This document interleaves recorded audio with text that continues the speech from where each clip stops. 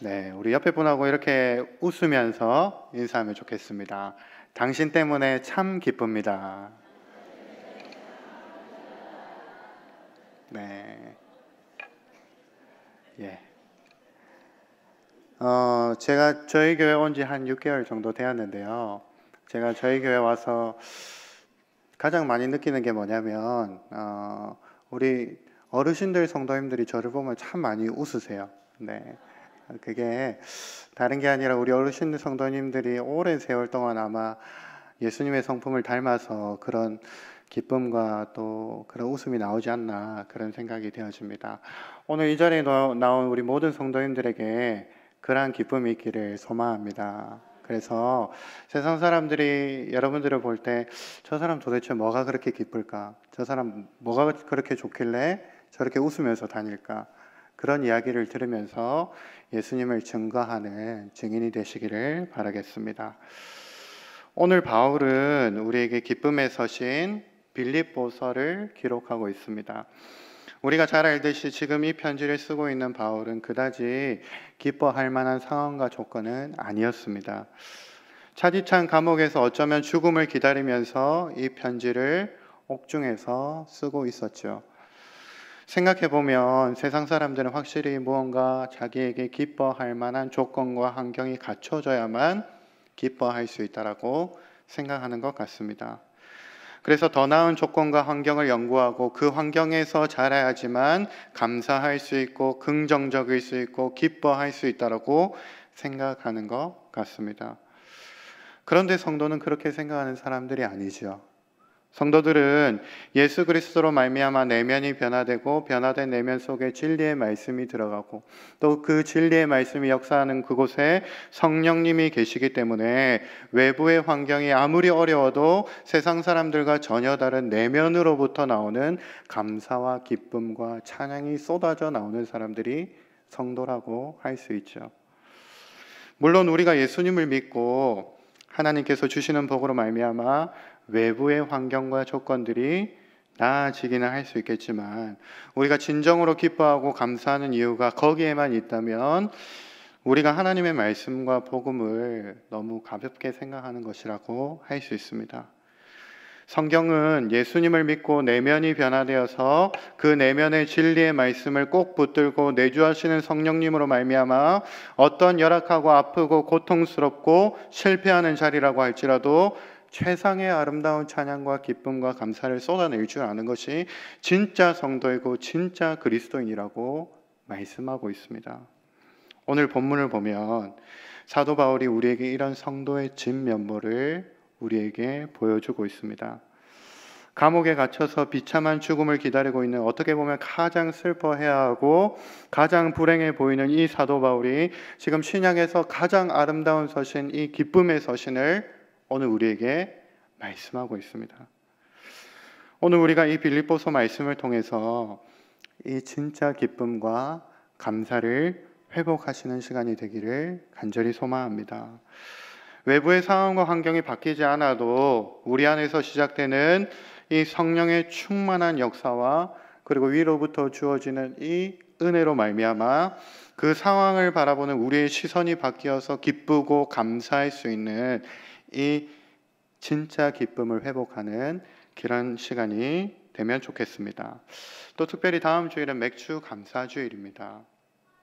우리가 한 주 동안에 어떤 마음으로 맥주 감사주일에 감사와 기쁨의 열매를 가지고 하나님 앞에 나아가면 좋을지 그것을 함께 고민하면서 나아가는 시간이 되기를 바라겠습니다. 이제 오늘 본문을 좀 볼 텐데요. 오늘 본문을 보면 바울은 당시 빌립보 성도들에게 지금 자신이 너무 기쁘고 너무 감사하는 마음이 있는데 그 감사하고 기뻐하는 마음의 근원을 세 가지 정도로 이야기하고 있습니다. 먼저 바울이 기뻐하는 첫 번째 기쁨의 근원은 너희로 인하여입니다. 3절부터 5절까지 바울은 이렇게 고백합니다. 제가 한번 읽어보겠습니다. 내가 너희를 생각할 때마다 나의 하나님께 감사하며 간구할 때마다 너희 무리를 위하여 기쁨으로 항상 간구함은 너희가 첫날부터 이제까지 복음을 위한 일에 참여하고 있기 때문이라. 무슨 말씀입니까? 3절에 너희를 생각할 때마다, 4절에 너희 무리를 위하여, 또 5절에 너희가 첫날부터 이제까지 복음을 위한 일에 참여하고 있기 때문에 내가 기쁘고 감사하다는 말씀입니다.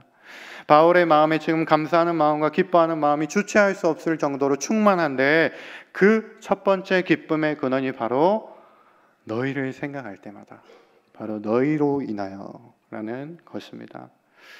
초대교회 당시 바울이 감옥에 갇혔다라는 소식은 당시 사람들에게 굉장히 충격적인 사실이었습니다.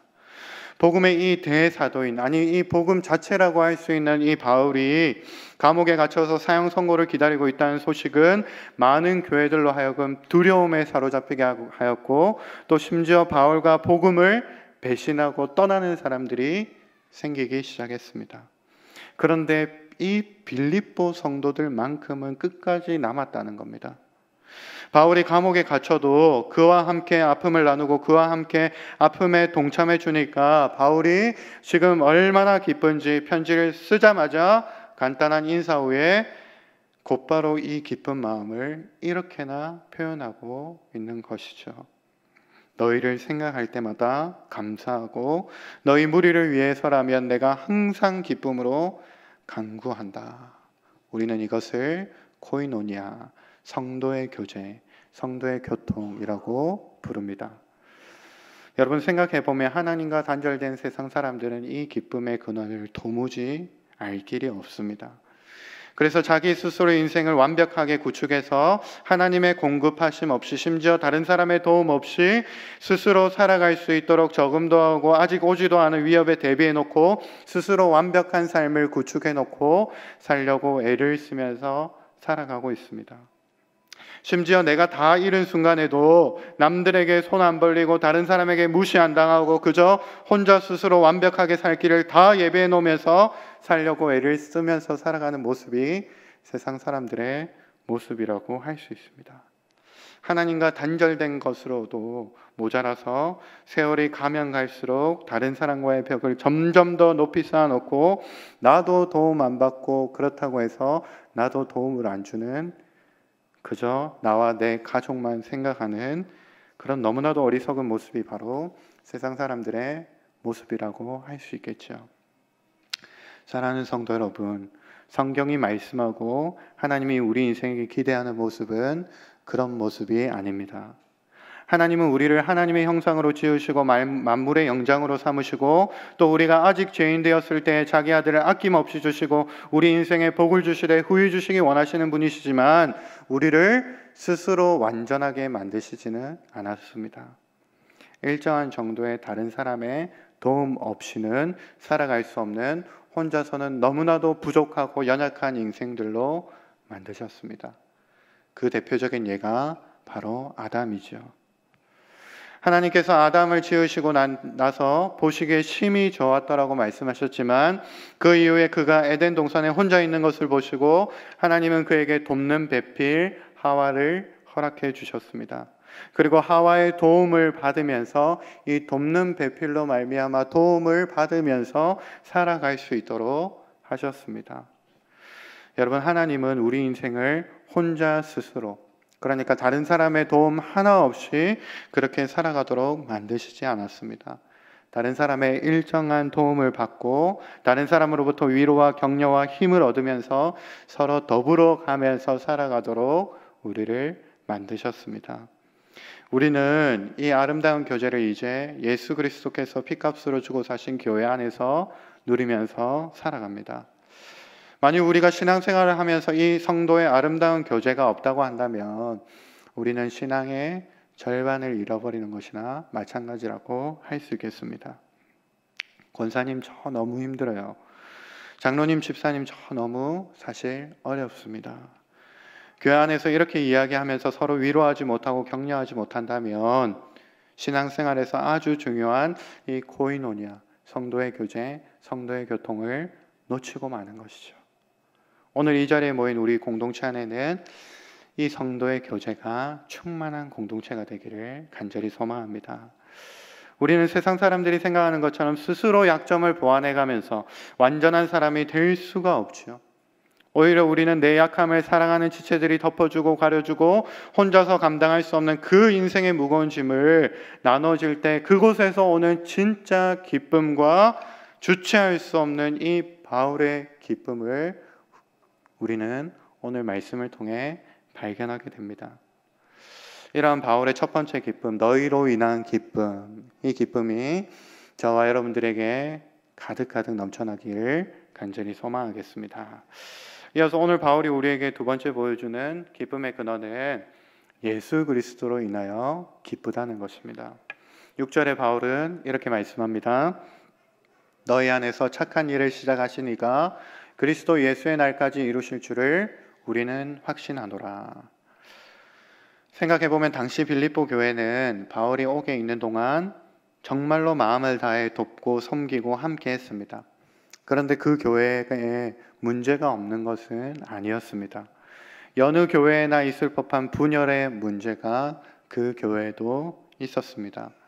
그래서 빌립보서 4장 2절에 보면 이렇게 말씀합니다. 내가 유오디아를 권하고 순두개를 권하노니 주 안에서 같은 마음을 품으라. 무슨 말씀입니까? 지금 빌립보 교회 안에서 모두가 다 알만한 이 교회를 대표하는 유오디아와 순두개가 서로 다툼이 있으니까 지금 그 둘을 내가 권하노니 너희들은 주 안에서 같은 마음을 품으라 라고 권면하고 있는 것이죠. 그러니까 여느 교회에 있을 법한 분열의 문제가 이 빌립보 교회 안에도 있었다는 말입니다. 그런데 바울은 이 소식을 듣고도 전혀 낙심하지 않았습니다. 오히려 그들로 인한 이 기쁨과 감사를 여전히 유지할 수 있는 비결이 있는데 그 비결이 무엇이냐면 6절에 너희 안에 착한 일을 시작하신 이로 말미암아 라고 말씀하고 있습니다. 나와 빌립보 성도들 간의 관계 안에서 하나님을 바라보고 너희 안에 착한 일을 시작하신 이가 계시니까 너희 안에 이 분열의 문제가 있더라도 내가 여전히 기쁘다라고 고백하고 있는 것이죠. 하나님 중심의 성도의 교제를 바울이 놓치지 않았다는 것입니다. 여러분, 사실 우리가 앞서 이야기한 것처럼 성도의 교제 안에서 누리는 이 기쁨을 누리기가 사실 여간 쉬운 일은 아닌 것 같습니다. 교회 안에서 함께 하기를 애쓰고 힘을 다해 노력하다가도 우리는 연약해서 자주 넘어질 때가 있죠. 처음에는 교회 사람들이 전부 다 천사처럼 보이다가 가까이 가서 보면 어떻습니까? 실망하고 좌절하고 마음의 상처를 받고 마음의 문을 꼭 닫게 되는 것이 우리의 사실 연약한 모습이라고 할 수 있습니다. 사랑하는 성도 여러분, 오늘 바울은 성도끼리의 교제 안에서 누릴 수 있는 이 기쁨과 감사에 한 가지를 더하고 있습니다. 너희 안에 착한 일을 시작하신 분, 그분이 계신데 그분이 우리 구주 다시 오실 그날까지 반드시 너희들의 속사람으로부터 완전히 변화시킬 것을 내가 확신하기 때문에 감사하고 기뻐한다라는 것입니다. 그래서 기쁘다는 것이죠. 빌립보 성도들 안에 뭔가 다른 유별난 착함이나 신실함을 가지고 있어서 기쁜 것이 아니라 다른 교회에 다 있는 그 분열의 문제가 여전히 너희 안에 있지만 그래도 너희 안에서 착한 일을 반드시 이루고 마시는 그 주님으로 인해서 내가 지금 기쁘다라고 말씀하고 있습니다. 이 기쁨 저와 여러분들이 꼭 회복하기를 바라겠습니다. 교회 사람들이 너무 좋아서 마음의 문을 활짝 열고 기쁜 일과 슬픈 일에 참여하다가 이 사람들은 다를 줄 알았는데 나랑 별반 다를 것이 없고 심지어 나보다 더 심각한 죄인이라고 실망하고 좌절하고 냉소하게 되고 결국에 마음의 문을 꼭 닫고 있으신 분이 있다면 우리 안에 착한 일을 시작하신 그분으로 말미암아 이 기쁨을 회복하시기를 바라겠습니다. 사실 저도 교회 안에서 이런 경험들을 하게 됩니다. 먼저 마음을 열어도 그 마음 알아주지 못하는 사람들을 보면서 용기를 잃고 또 마음이 냉소해지고 실망하게 되는 경우들이 있는 것 같습니다. 그런데 사람에게 실망이 더해질 때마다 제 안에 오히려 이상한 기대가 일어나기 시작합니다. 오히려 사람만 보다가 가려지고 흐려지고 넘어진 이 하나님을 바라보지 못했던 그것을 다시 바라보게 되고 그 안에 착한 일을 시작하신 우리 주님을 바라보게 되는 이 이상한 기대가 그곳에서 일어나는 것을 경험하게 됩니다. 이 자리에 모인 저와 여러분들 모두에게 이런 은혜가 있기를 바라겠습니다. 사람으로부터 실망하고 좌절하는 그 순간에 오히려 사람으로 인해 가려지고 흐려진 하나님의 일하심과 하나님을 향한 온전한 기대가 회복되시고, 그래서 참된 기쁨과 진짜 감사가 쏟아져 나오는 저와 여러분들이 되시기를 바라겠습니다. 마지막 셋째로 바울은 우리에게 보여주는 기쁨의 근원을 이렇게 말씀합니다. 내가 먼저 사랑함으로 인하여. 7절 8절에 보면 이렇게 말씀합니다.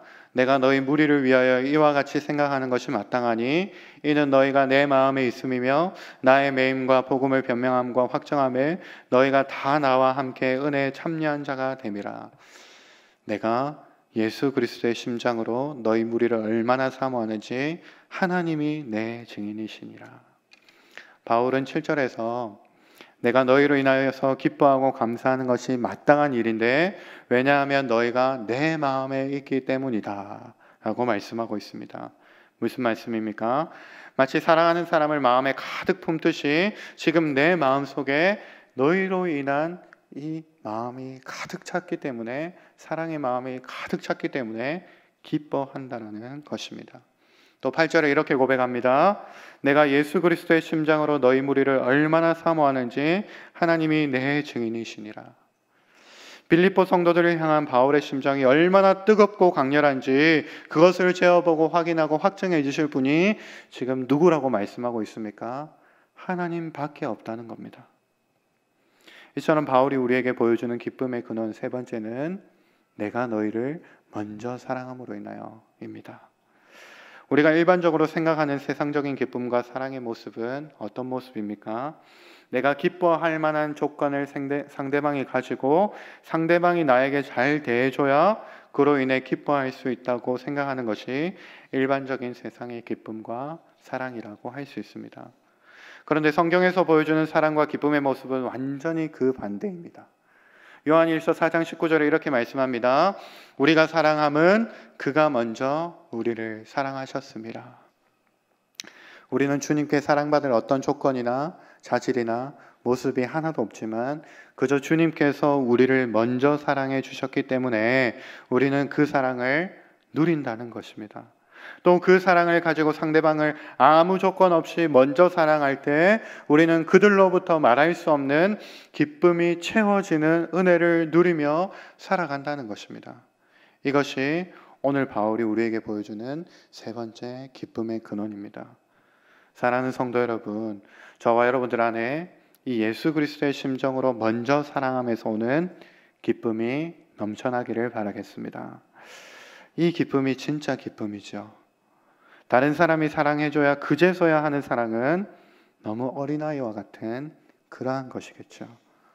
우리가 예수님의 이 사랑을 알았다면 이제 바울처럼 예수 그리스도의 심정을 가지고 그 넘쳐나는 사랑으로 말미암아 다른 사람을 먼저 사랑하고 심지어 그 사람이 나에게 어떤 실망과 좌절을 안겨주더라도 결코 사랑하는 마음에서 멀어지지 않고 마음 다해 먼저 사랑할 때 오는 기쁨, 그 기쁨을 저와 여러분들이 회복하면 좋겠습니다.